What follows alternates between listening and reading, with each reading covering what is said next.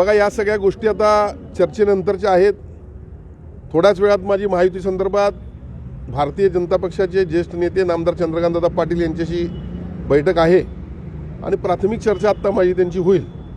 आणि खऱ्या अर्थानं शिवसेनेमध्ये आज जो सत्ताधारी पक्ष होता गेल्या वेळेला महापालिकेत, त्याचे प्रमुख कारभारी म्हणून जे शारंगधर देशमुख आहेत यांनी प्रवेश केलेला आहे.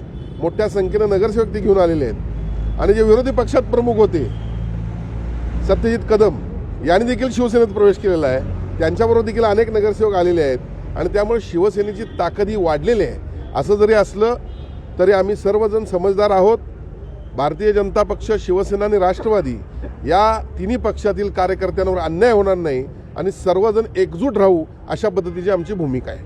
हे आहे गोकुळचं श्रीखंड. अगदी जिभेवर रेंगाळणार. जिभेवरच नाही तर मनावरही रेंगाळणार. गोकुळ श्रीखंड, मनावर रेंगाळणार.